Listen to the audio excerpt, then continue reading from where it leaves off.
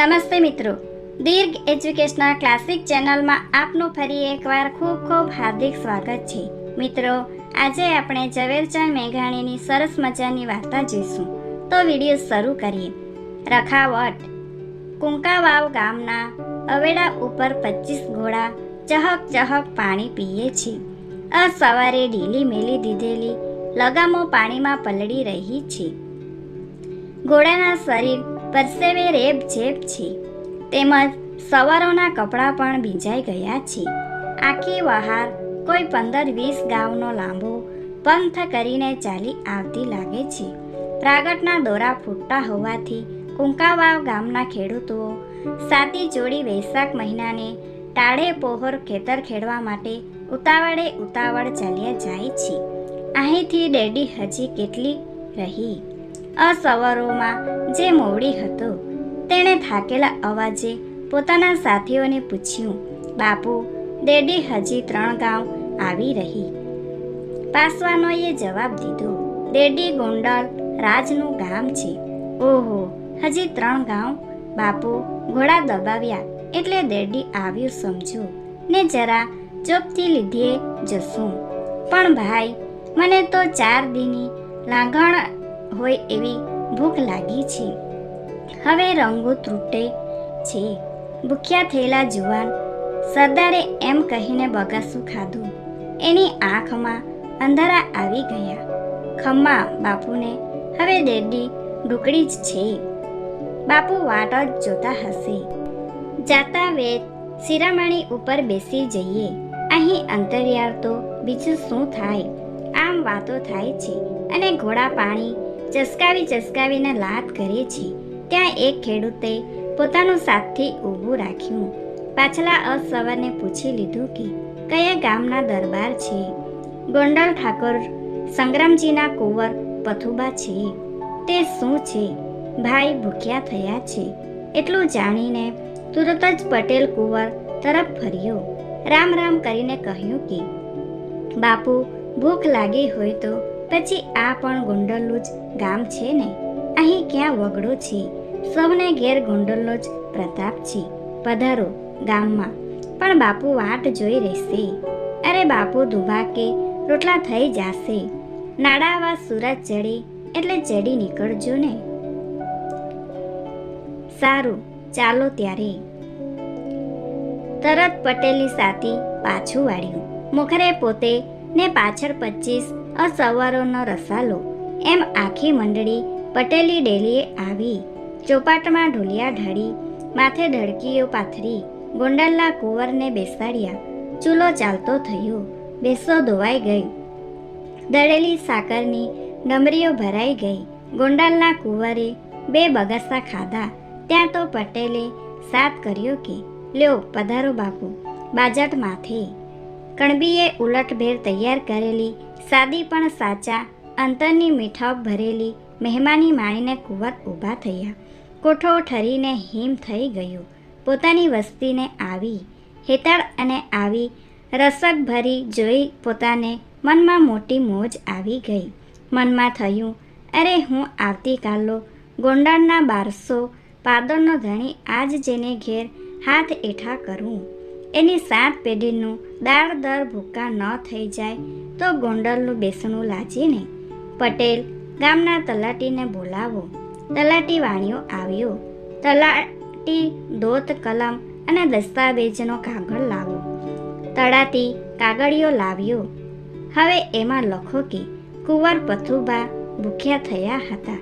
તે પટેલને ઘેર આજ રોજ શિરામણ કરવા ગયા. તે બદલ કુંકાવાવ ગામને ઉતરાતે પડખે 4 વાડીના કોષ ચાંદો સૂરજ તપે ત્યાં સુધીને માટે માંડી દીધા છે અને તે અમારા વંશજોએ પેઢી દર પેઢી પાડવાના છે.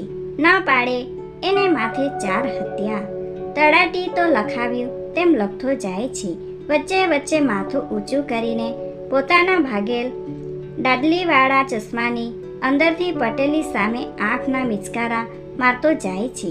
પટેલનું મોં આ બધી મસ્કરી દેખીને ઝંખવાણું પડ્યું જાય છે. એમ કરતા દસ્તાવેજ પૂરો થયો. તળાટી લીલા અક્ષરો ઉપર રજિયામાંથી રેતી છાંટી ખોખારો ખાઈ આગળ ધર્યો અને કહ્યું, લ્યો બાપુ, મારો મત્તું. પથુબા કુંવરે પોતાની સહી કરી. દાઢ ભીસીને તલાટી બોલવા લાગ્યો કે, વાહ, રંગ છે ગોંડલના ખોરડાને, એ તો એમ જ છાજે ને.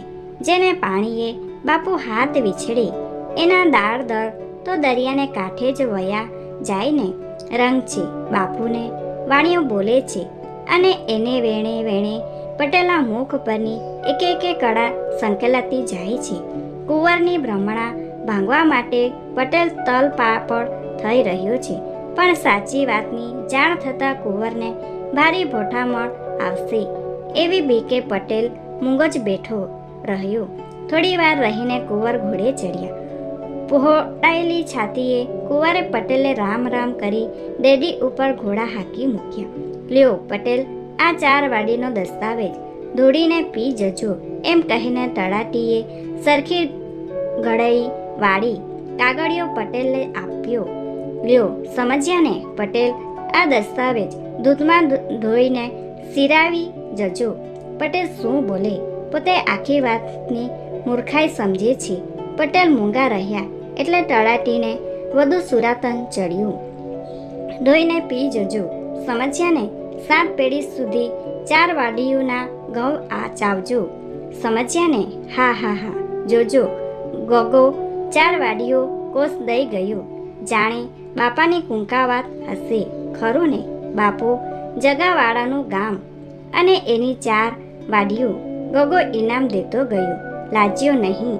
અરે પણ શેઠ, તમે તો આ શું લવરી કરો છો? એને બાપડાને ખબર નહોતી, અને ભૂલ કરી તો શું થઈ ગયું? તમે પોતે કેવા મૂરખ કે એને વાતનો ફોડ પણ ન પાડ્યો ને ઊંધું માથું રાખીને મંડ્યા દસ્તાવેજ ડરડવા. હા પટેલ, હું સમજું છું. શેર ચોખા વાવર્યા ને તમારે તો આખું ગામ મળવાની લાલચ હશે. અરે મારા લબાટ, તું તે શું રાડી રહ્યો છો? આપણા ગામને પાદરથી 18 વર્ષનું એક પણ માનવી ખાધા વગર કોઈ દી જાય નહીં. તો પછી આ તો ગોંડલનો ગાદી વારસ હતો, એમાં મને શું લાલચ હતી? જરાક ભગવાનને તો ભો રાખ. હં, ઓ અમે સમજીએ છીએ. પટેલ, તમારે ગામ જોતું તું તે લ્યો. આ દસ્તાવેજ ઢોઈને સિરાવી જજો, કોઠો ઠરશે, સમજ્યા ને? કાળજુ કાપી નાખે તેવા મર્મના વચનો કાઢતો કાઢતો વાણિયો તો ચાલ્યો ગયો, અને પટેલ પણ પેટમાં કશા દુઃખ ધોખા વગર પાછો સાતડું જોડીને કામે વળગ્યો. પરંતુ વાત તો વાયે જેતપુર પહોંચી ગઈ. જેતપુરના ભાગીદાર જગાવાળાને જાણ થઈ કે આપણી કુંકા વાવની અંદર ગોંડાના પાટવી કુંવર પ્રથુબાઈએ પટેલને ઘેર શિરામણ કર્યાના બદલામાં ભૂલથી 4 વાડીઓ પટેલને જાવચંદ્ર દિવકરો માંડી દીધી. અને છે પછી બાપડા પટેલે માથે ગામના તળાટીએ માછલા ધોયા. ખડ ખડ ખડ આખો દાયરો ગોંડાલા કુંવરની નાદાની ઉપર દાંત કાઢવા લાગ્યો, અને દરબાર જગાવાળાએ પણ જરાક હોઠ મરકાવ્યા. પણ બાપુ તળાટી પટેલને બહુ બનાવ્યા, ગામ આખાને ભારે સુવાણ કરાવી. એમ કે બા, ઠીક, ત્યારે તો આપણે એ રમોજ લઈએ. અહીં બોલાવો એ પટેલને અને તળાટીને. અલ્યો દસ્તાવેજ પણ સાથે લાવવાનું લખજો. આ રીતે દરબારે હુકમ દીધો. દરબારના મન ઉપર કાંઈક કોચવડ પણ દેખાણી. માણસ કુંકાવાવ ગયો. તળાટીને કહે છે કે બાપુ તેડાવે છે, કાં ઓલિયા દસ્તાવેજ વાળો સુગલો કરવા. તળાટી હરખમાં આવી ગયો. પોતાની ગમ્મત ઉપર બાપુ ફિદા થઈ ગયા હોવાથી વાત સાંભળીને તરત જેતપુરની તૈયારી કરી. પરંતુ બીજી બાજુ પટેલે તો પોતાની ફજેતી થશે એમ સાંભળીને મરવા જેવું થઈ પડ્યું. પણ શું કરે, ધણીનો હુકમ હોવાથી જવું પડ્યું. રસ્તામાં વાણિયો એનો જીવ લઈ ગયો. દાયરામાં જઈને 2 જણા ઊભા રહ્યા. ત્યાં તો હસાહસનો પાર ન રહ્યો. પટેલ નીચું જોઈ ગયો, અને વાણિયાની જીભ તો માણકી ઘોડીની માફક વહેતી થઈ ગઈ. બાપુએ પૂછ્યું કે કા તળાટી સી હકીકત બની ગઈ? બીજું શું બાપુ, પટેલને આપણા ગામની 4 વાડીઓ ઇનામમાં મળી. કોના તરફથી? ગોંડલના પાટવી કુમાર તરફથી. તે હવે શું? હવે પટેલ દસ્તાવેજને ધોઈને સિરાવી જાય, બીજું વળી શું? ક્યાં લીલાછમ માથા વાળીને કુંકાવા લેવા પથુભાનો દાદો આવ્યો તો, માટે પટલ ધોઈને પી જાઓ, સમજ્યા ને? જાઉં કાગળિયો, એમ કહીને દરબારે દસ્તાવેજ લીધો, વાંચ્યો, એની મૂછો ફરકવા માંડી. કહ્યું, ઠીક, લાવો. એક ત્રાંબાનું પતરું હાજર થયું. આ દસ્તાવેજનું વેણે વેણ એ પતરામાં કોતરી કાઢો. એને નીચે ઉમેરો કે કુંવર પ્રથુબાઈએ કરી દીધેલ આ લેખ અમારી પેઢી દર પેઢીએ જેતપુરની ગાદી તપે ત્યાં સુધી પાડવો છે. ન પાડે એને માથે 4 હત્યાઓ. તળાટી કાળો ધપ થઈ ગયું. મોછ માથે હાથ દઈને દરબાર બોલ્યા, પ્રથુબા, કુંવરને કાગળ લખો કે તું સંગ્રામજીનો દીકરો, એ મારોય દીકરો, તું દેતા ભૂલ્યો. આખી કુંકાવા માંડી હોય તો પણ હું પાડત. ન પાડું તો કાઠીના પેટનો નહીં. અને તળાટી, તું ને હિંગ તોડને શું કહું? મારા લાખ રૂપિયાના કણબીનું માથું વાળવા ઊભો થયો છો? યાદ રાખજે, પગ ચાલીને 2 ઊભા ચીરા કરી નાખીશ. એલા પાદરે નીકળેલા પરુરાને એણે રોટલો નીર્યો, એમાં તારો ગુનો કરી નાખ્યો એણે. ખબરદાર જો હવે કાંઈ બોલ્યા છો તો. ઠાકોર સંગ્રામજી અને પથુબા કુંવર બેઠા છે ત્યાં જગાવાળાનો કાગળ પહોંચ્યો. કુંવરને પોતાની ભૂલ માલુમ પડી. એણે સામો કાગળ લખ્યો, શાબાશ કાકા, રખાવતે આનું નામ. બાપુએ લખાવ્યું છે કે પેટલા ગામમાં આપણે જમીનનો કજિયો છે, તેનો આજથી અંત આવે છે. પેટલા ગામનો ગોંડલનો 3જો ભાગ આજથી અમે તમને માંડી દઈએ છીએ. કુંકા વાવના એ કણબીના વારસો હજુ ઘણા વર્ષો સુધી એ 4 વાડીનો કપાળ ગરસ ભોગવતા હતા, પણ એજન્સીની મેનેજમેન્ટમાં એ જમીન ખાલસા કરવામાં આવી કહેવાય છે. Thanks for watching. Please subscribe my channel. Thank you.